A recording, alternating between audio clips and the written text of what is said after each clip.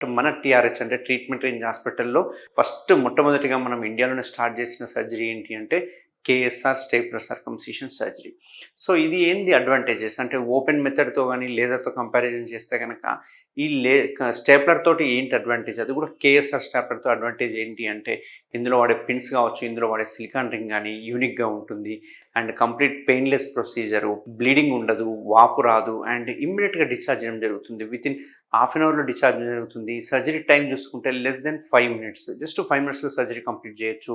వాళ్ళు ఎటువంటి పథ్యం అవసరం లేదు. ఎటువంటి బెడ్ రెస్ట్ అవసరం లేదు. యథావిధిగా వాళ్ళ వాళ్ళ పనులు చేసుకోవచ్చు. ఎటువంటి పెయిన్ ఉండదు, బ్లీడింగ్ ఉండదు, వాపు ఉండదన్నట్టు. ఇది అడ్వాంటేజ్. అదే కన్వెన్షనల్ అండ్ లేజర్ మెథడ్‌లో చూసుకుంటే గనక 10, 15 రోజులు బెడ్ రెస్ట్ ఉండాల్సొస్తుంది. ఓసారి కుట్లిప్పడానికి రావాల్సొస్తుంది. కుట్లేయడం వల్ల అక్కడ అంత కాస్మెటిక్ రిజల్ట్స్ రాదు. బట్ స్టాప్లర్ మెథడ్‌లో చూస్తే స్కార్ కూడా ఫార్మ్ కాదు. జస్ట్ ఒక లైన్ లాగా డిమార్కేషన్ మాత్రమే ఉంటుంది. సో, దీనివల్ల కాస్మెటిక్ రిజల్ట్స్ అనేవి చాలా బాగుంటాయన్నట్టు.